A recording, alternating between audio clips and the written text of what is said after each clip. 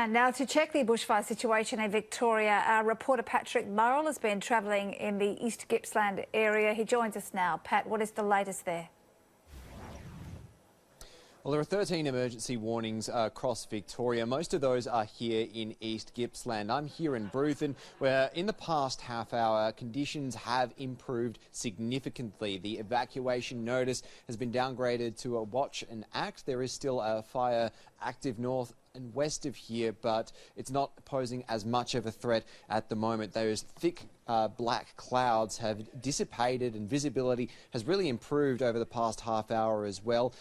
It was a calm start to the day before that southwesterly moved in. That's where a lot of the fear came from, that those flames might be moved over the town because of those winds. In fact, that's what happened to Sarsfield just 2 days ago, when about a dozen properties were destroyed there. That's the neighbouring suburb here. But those winds have pushed the fire to the north and to the northeast, away from the town. There's still fears that a change in wind could blow fire back towards the town centre. If that happens, it is a concern, because the local captain of the CFA brigade has said that he doesn't have enough resources to defend the perimeter of the town. So if that happens, he'll withdraw all the trucks back to the town centre and defend it from there. The current Gippsland fires of most concern, well, there's one at Noah just near Lake's entrance. That one has flared up over the past few hours. Here in Bruthen, though, I spoke to one cattle farmer who's been dealing with these conditions not just since New Year's Eve, but for well over a month now. Here's what he had to say.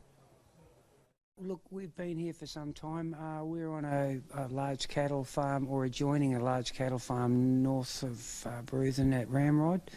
And the current situation is we're looking for embers and spotting that's coming in from the southwest from that main fire north of Bairnsdale. And just looking out there, it's very red, it's very smoky. How worried are you for your property? Oh, extremely worried. We came extremely close last Monday night. We had to evacuate then to come into Bruthen. And previously, I think it was the 21st of November, we were also impacted with the first original lightning strikes that caused the situation in the first place.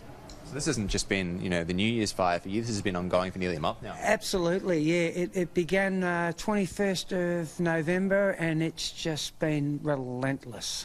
And it's quite draining, as you would imagine. Have you seen anything like this before?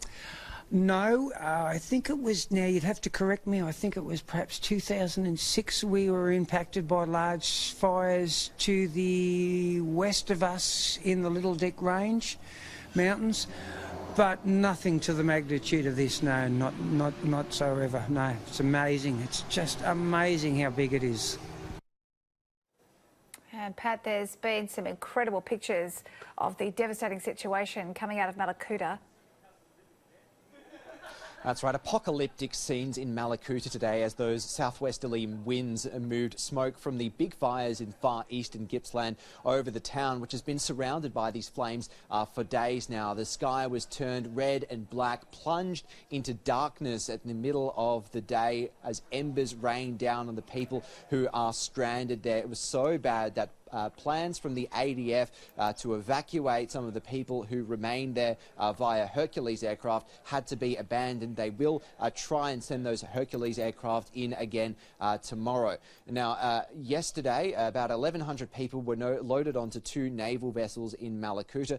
They arrived at a port in Hastings earlier this morning, and they'd be thanking the Navy that they weren't there for these hellish scenes today, which have been described by some crews on the ground who spoke to locals still stranded there earlier today. Take a listen. We were just expecting embers, and they just said it was fine, and now all of a sudden it's come over black, a bit like Tuesday night. Yeah, Tuesday when before on New Year's Eve at 8 o'clock in the morning turned exactly the same. For about 4 or 5 hours. Quite scary. Thinking of our kids at home and make sure they're okay, and yeah.